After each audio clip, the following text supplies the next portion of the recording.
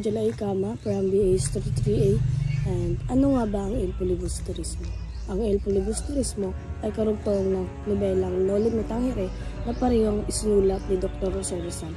Isa sa mga layunin ng nobelang ito ay gisingin ang kamalayan ng mga Pilipino noong panahon ng sakop pa tayo ng mga Kastila. Nais ng may akda na himukin ang mga Pilipino na paalabin at pagnanais ng magpagtamo ng tunay na kalayaan at ipaglaban ang ating bayan. Simula ang lahat, makalipas ang 13 taon mula nang mamatay si Narcisa at Elias. May isang vapor na kung tawagin ay Vapor Tabo na naglalakbay sa pagitan ng Maynila at Laguna. Ilan sa mga sakay nito ang mag-aalahas na si Simon, Basilio at Isagana. Makarating si Basilio sa San Diego, dinalaw niya ang puntod ng kanyang ina sa ilibingan ng mga Ibarra. Sa di inaasahang pangyayari ay nagkita sila na mag-aalas na si Simon na kilala niyang ito ay si Crisostomo Ibarra na nagbabalot kayo. Upang maitago ang lihim ni Ibarra, tinaka niyang patayin si Basilio, ngunit hindi ito natuloy kaya hinimok na lamang ni Simon si Basilio na makiisa sa kanyang layunin na maghiganti sa pamahalaang Kastila. Tinanggihan ito ng binata dahil nais niya makapagtapos sa kanyang pag-aaral. Samantala, habang ang Kapitan General ay nagliliwaliw sa Los Baños, ang mga mag-aaral na Pilipino ay naghain ng isang kahilingan upang magtatag ng isang akademya ng wikang Kastila. Hindi ito naipagtibay sa kadahilanang ang mga pare ang mamahala dito. Sa gayon ay hindi sila magkakaroon ng karapatang makapangyarihan sa anumpang pamamalakad ng nasabing akademya. Nagkita si Simon at Basilio at muli niyang hinimok ang binata na umandib sa binabalak niyang paghimagsik at manggulo sa isang pulaton na sa pilitang magbubukas ng kumbento sa Santa Clara upang agawin si Maria Clara. Ngunit hindi ito nangyari dahil ng hapon ding iyon ay binawian ng buhay si Maria Clara. Sa kabilang dako, ang mga mag-aaral naman ay nagdaos ng salo-salo sa Pansiteria Macanista de Buen Busno. Ito ay sa kadahilanang masama ang kanyang loob dahil sa kabigo ang napetayo ang Akademya ng Wikang Kastila. Sila ay nagkaroon ng talumpati sa loob ng Pansiteria kung saan kahasang tinugsa ng mga mag-aral ang mga pari. Nalaman naman ito ng mga prime. Kinabukasan, sa mga pinto ng universidad ay natagpuan ang mga paskin na naglalaman ng pagtutubigsa at paghihimagsik. Ibinintang ito sa mga kasapi sa kapisanan ng mga mag-aaral. Dahil dito ay pinadakip ang mga mag-aaral at madama sa pagdakip sila sila. Labis itong pinagdamdam ng kanyang kasintahan na si Julie. Upang mapawalang sala, ang mga estudyante ay nilakad ng kanilang mga kamag-anak ang pagpapalaya sa mga ito. Naiwan si Basilio sa kulungan dahil wala siyang naging tagapamagitan. Baka urong sulong ay tuluyan ng nilapitan ni Julie si Padre Carmona upang hinga ng tulong na napalaya si Basilio.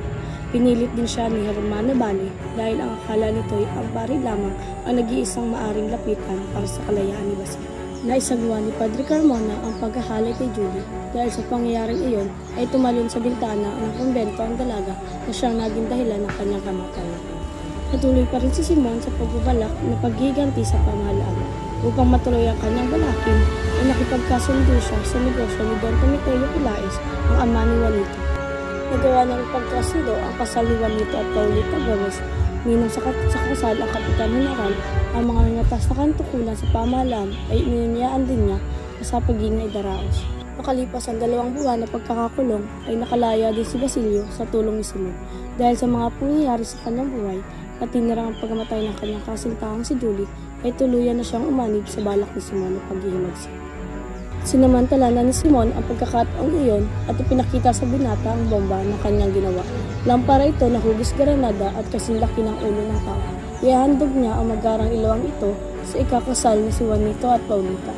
Ang ilawan umano ay magbibigay ng isang maningning na liwanag at pagkaraan ng 20 minuto ay malalabo.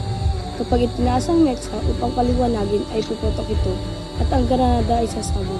Kasabay nito ay ang pagkawasak at pagkagulaw ng koyosyon kainan dahilan upang walang sino makaligtas sa mga bisita. Narinig naman ang malakas na pagsabog ng dinamita sa lampara ay nagsisilbi itong hudyat para simulan ang paghihimagsik ng pangunahan sila.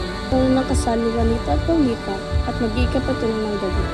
Malakad-lakad si Basilio sa tapat ng bahay na pagdarausan ng piging. Nanaog na rin si Simon upang lisanin ang bahay dahil sa nalapit na pagsabog. Aalis na sana si Basilio ngunit natunaw niya si Isagani, dating kasintahan ni Paulita. Pansamantalang nilimot ni Basilio ang kanyang kabiguan sa buhay kaya pinagtapat nito kay Isagani ang magaganap na pagsabog. Binalaan niya si Isagani na kung maari ay umalis na din upang hindi na madamay pa. Ito naman at nanlamlam na noon ang lampara kaya inutos ng Kapitan General kay Padre Irene na pakitaas ang metsa ng ilawan. Ngunit inagaw ito ni Isagani. Tumakbo sa azotea at inahagas ang lampara sa ilog. Tinatuloy ang balak ni Simon na paghihimagsik. Tumakas siya patungo sa bahay ni Padre Florentino, isang pilaring Pilipino. Nang malapit nang dumating ang hubuli kay Simon, ay uminom ito ng lason upang huwag siyang abuting buhay ng mga ito. Dito rin niya ipinagtapat sa pari ang kanyang katauhan.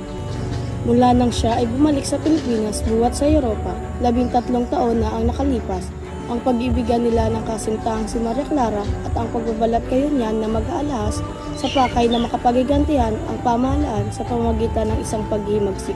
Matapos ng pangungumpisal ay namatay na si Simon. Ang mga naiwang alahas ni Simon ay tinapon sa dagat ni Padre Florentino.